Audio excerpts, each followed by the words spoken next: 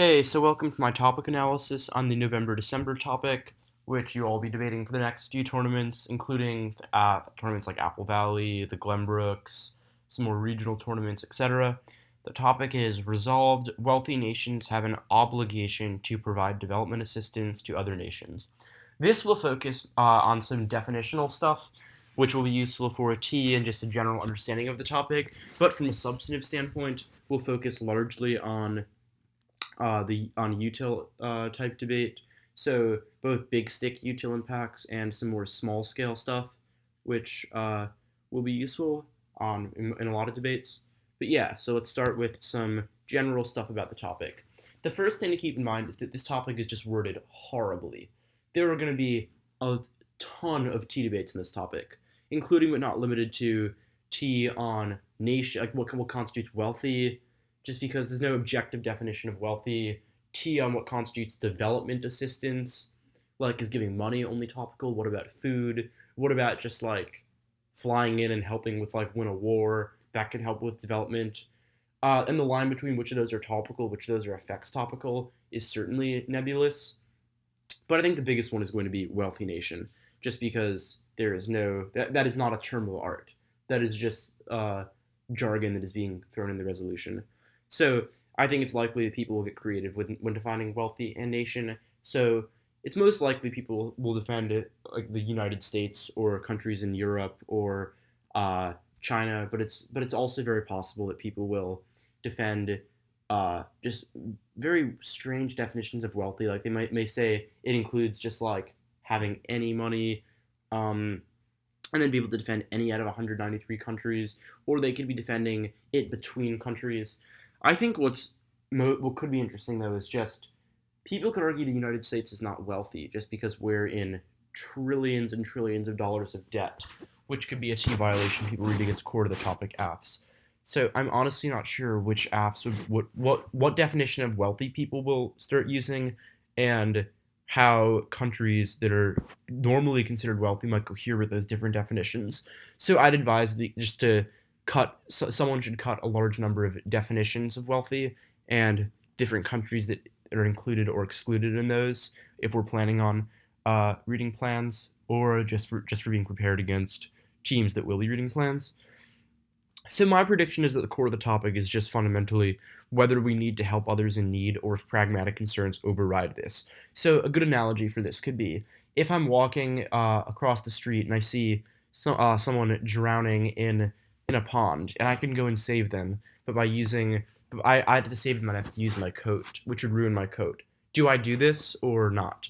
Which is an example provided by Peter Singer, and this often kind of cleaves along philosophical lines. So someone who believes in an act-omission distinction would likely say that that since you're not responsible for it because you did not cause them to drown, so by not acting, by omitting, you're not doing the same thing as proactively acting to harm them.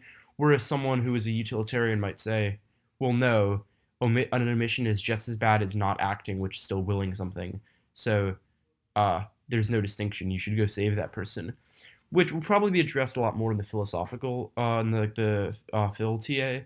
But I think that's kind of a core of the topic issue and how you should approach it fundamentally. That most people are going to be approaching it whether or not, even if something would help someone, if it's not possible to do it, like arguments such as like ought implies can, that it's just impossible for this aid to be effective or whatnot.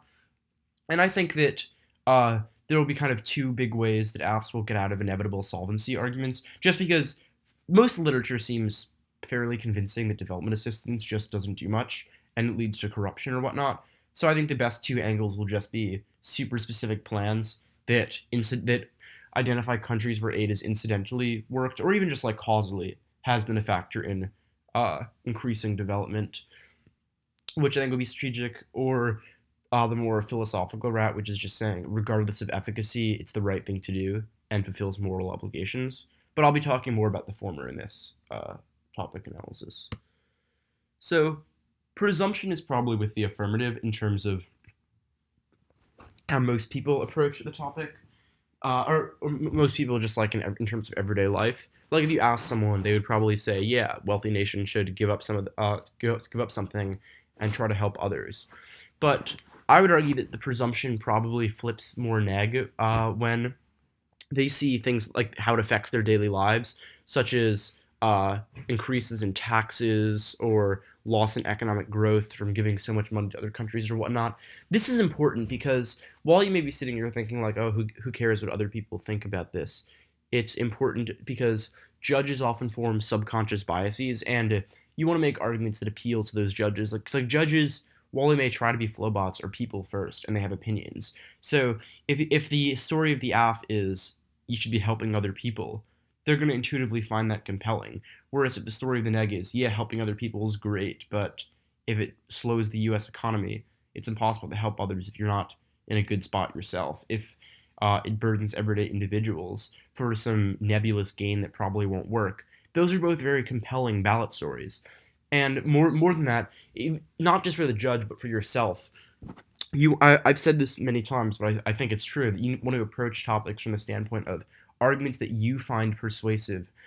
And a switch side debate almost intrinsically requires you to be a devil's advocate sometimes and make arguments you don't believe in. But if you can find some truth in whatever side of the topic you're on and make arguments like that, then that puts you in a good spot.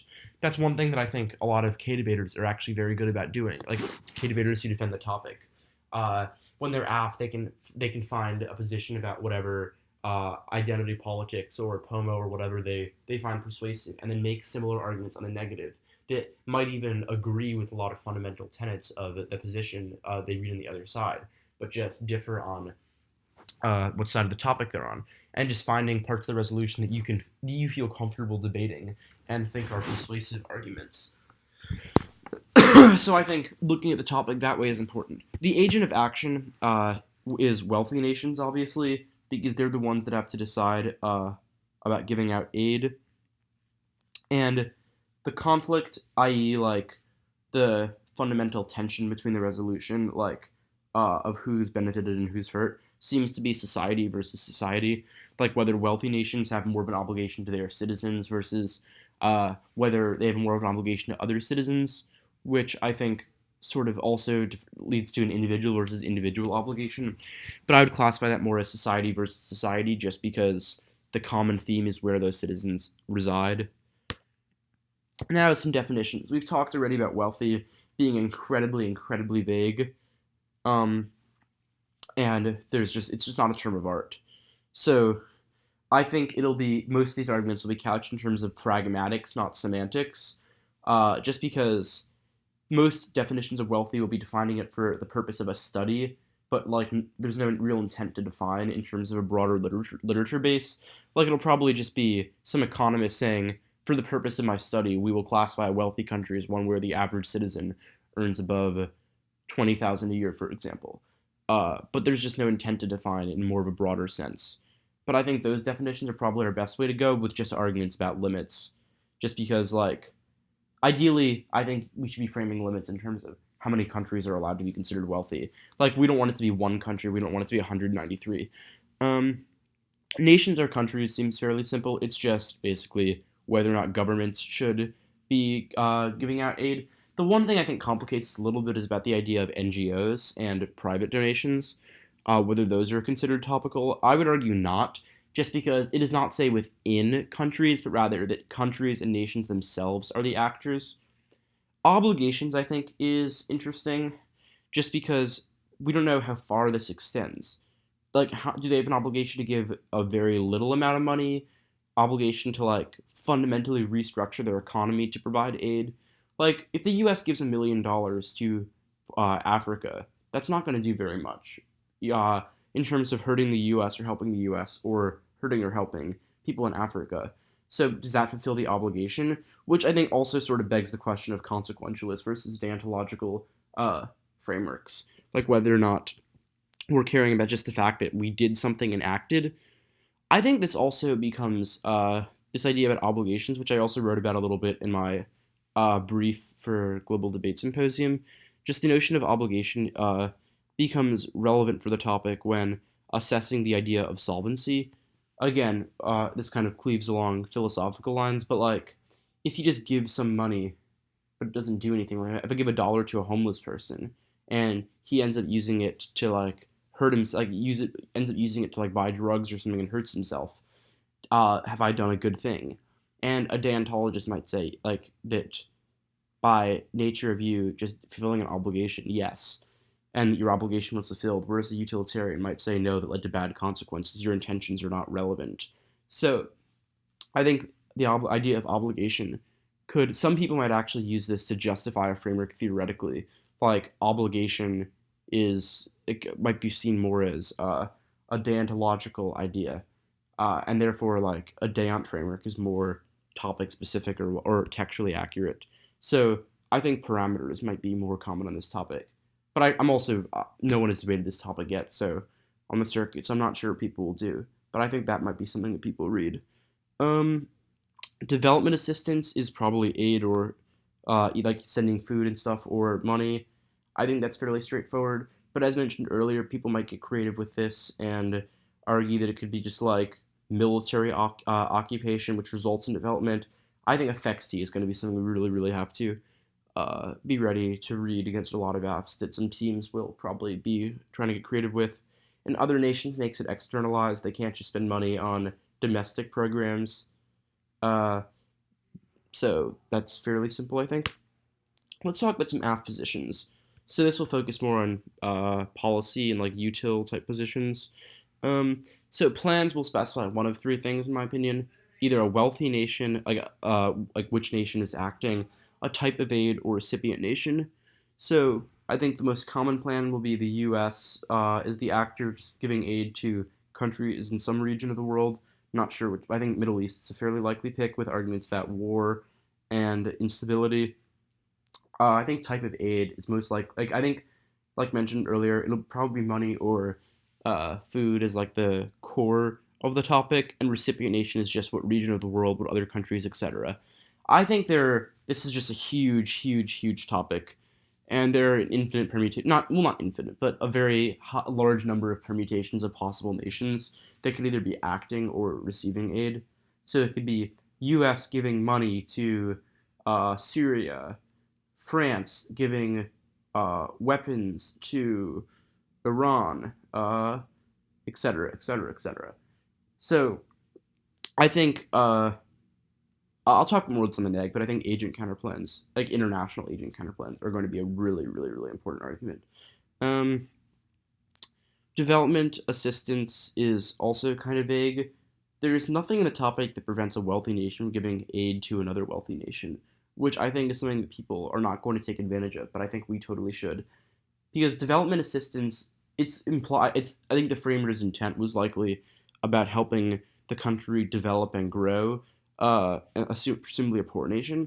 But there might be instability in a country such as, I don't know, Greece, for example, or like a nation that would traditionally have been considered wealthy but is on tough times, like Greece or Italy, or China is trying to develop its industrial sector more. So would U.S. aid to China be considered a topical app? And I think there are certainly arguments that it could be yes. The U.S. I think one really creative position. I'm not sure. Look, I have to really see if there's cards about this, but the U.S. paying off its debts to China could help. Would help China obviously liquidize a lot of cash, and they could use that too. And the fact that we wouldn't be so overdrawn with China would will lead to Chinese development. They'd be able to have more debt, like more money received, and it would also help the U.S. get debt off the books. So I have no idea how we would word this to make it topical, but I think that illustrates some of the fundamental problems of the resolution that an app like that could very well be considered T. And I think it's arguable that it is. The U.S. paying off debt to China would help with development, and there is no constraint on that in the topic. So I think getting creative with plans would be helpful. Um, but in terms of some non-plan positions, I think soft left poverty apps and structural violence positions will be really good.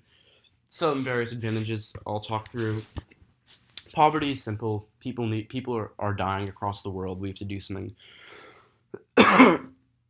about this, and aid is effective in fixing these conditions. There could also be hegemony and international cooperation type arguments that the U.S. looks really good if it's helping other countries. It establishes the U.S. as a global leader, policeman of sorts, and they can work with other countries, or not even just the U.S. You could have the plan could defend multiple wealthy nations working together, which could have great cooperation uh, advantages.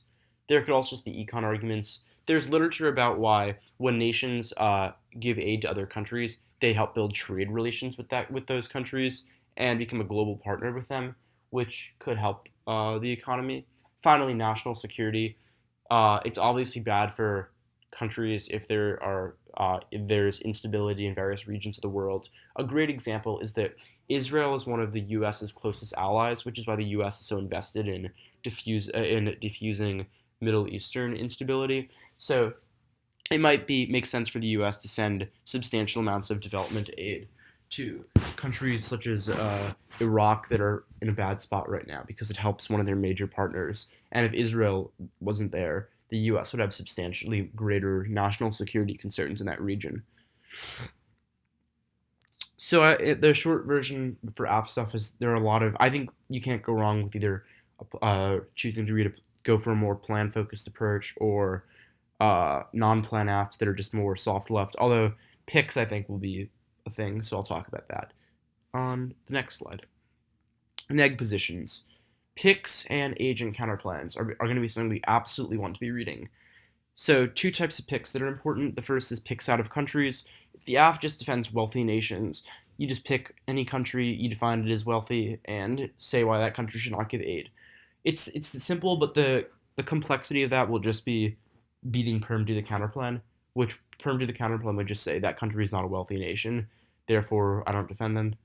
Um, so we'll want to be ready for that. I don't think we should write like a bazillion picks. Honestly, I think we should have a core set of like 4 to 5 country picks that we just have frontlined really well, and have a lot of cards about why they're considered a wealthy nation and like the net benefit frontlined well, like why that country giving aid would harm the economy.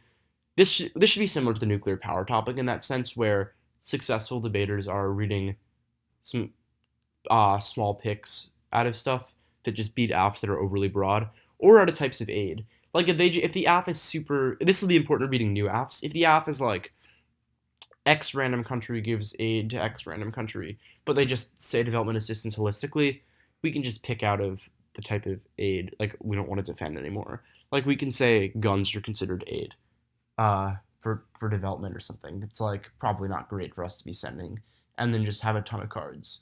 Which is one of the good things about being neg in general is that when you read a pick and you force a 1 AR restart, you just have so much time in the 2 and R to read cards to answer whatever the 1 AR says, and you'll be prepped on it because you're forcing them to debate on your turf. Agent counterplans will be great too. International fiat is just generally not a thing that's legitimate in my opinion, but in this topic, I think it totally is, just because the topic is obviously not U.S. specific. So if the plan defends the U.S. giving development assistance to whatever country, just defend China doing it, just defend Japan doing it, Russia, France, England, etc. It co-ops the entire AF, like how the states counterplan would, but it has a lot of, you can have great net benefits about like international politics, stuff like that, which I think will be the main ones, or just any econ diss said about the donor country will be great. So I think we should absolutely have, again, like 3 to 5 of those that are good.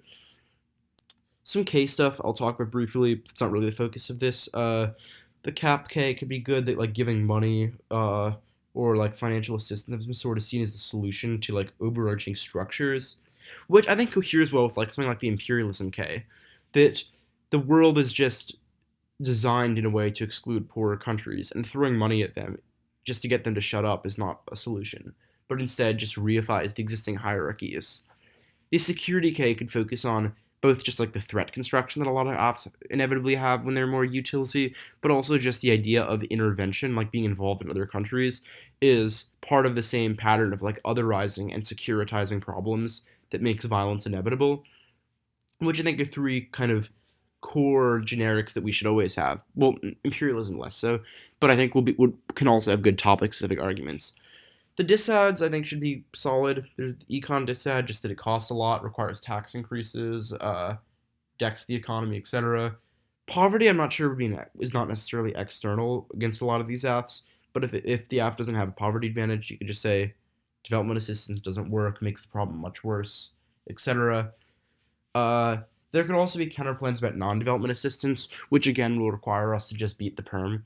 That those are considered development assistance, like sanctions or yeah, so it could be things like we should provide the country with X, such as like I don't know, weaponry or something like that. And then a sanctions counterplan would be sort of similar but a little different, just that we should make we could make aid conditional, or just like threaten to withhold it, which I think would probably go beyond development assistance, just because I think there's an argument to be made that development assistance is like the reading of the resolution implies that it is unconditional with no strings attached. Because and again, it's a question of like evidence. I'm not sure if the literature exists for that, but that could be an argument that we should tie it to sanctions with arguments about political change. Politics will be good just because it's politically seen as either feasible or infeasible to give money to others. I think the way to beat the inevitable like planned popular argument is what I talked about earlier, showing the negative ramifications of it. Yeah, everyone loves giving money to poor people, but when it requires more taxes than them, they get upset pretty fast. So I think you want to tie this to some negative externality. Framework NCs, I'll again not really focus on this topic analysis, but I think libertarianism is good because of things like the idea of tax increases, and pragmatism could say that an overarching generalization that we should just give aid to other countries misses the nuances of it, which I think is a good position to have. And yeah, that's the topic analysis. If you have any questions, I encourage you to message me on Slack about this. Uh, get started with cards early because November, December comes upon us really, really quickly. I think Apple Valley is in 2 weeks, and we want to be as ready as possible. It's a very short topic. It's the shortest of the three. Uh, so just having a lot of prep will get you a lot of mileage because a lot of people are not doing as much work on this topic, unlike other schools. So do really putting in the time is gonna be what makes the difference, especially for util type arguments which require a lot of research. Well, thanks for watching and happy card cutting.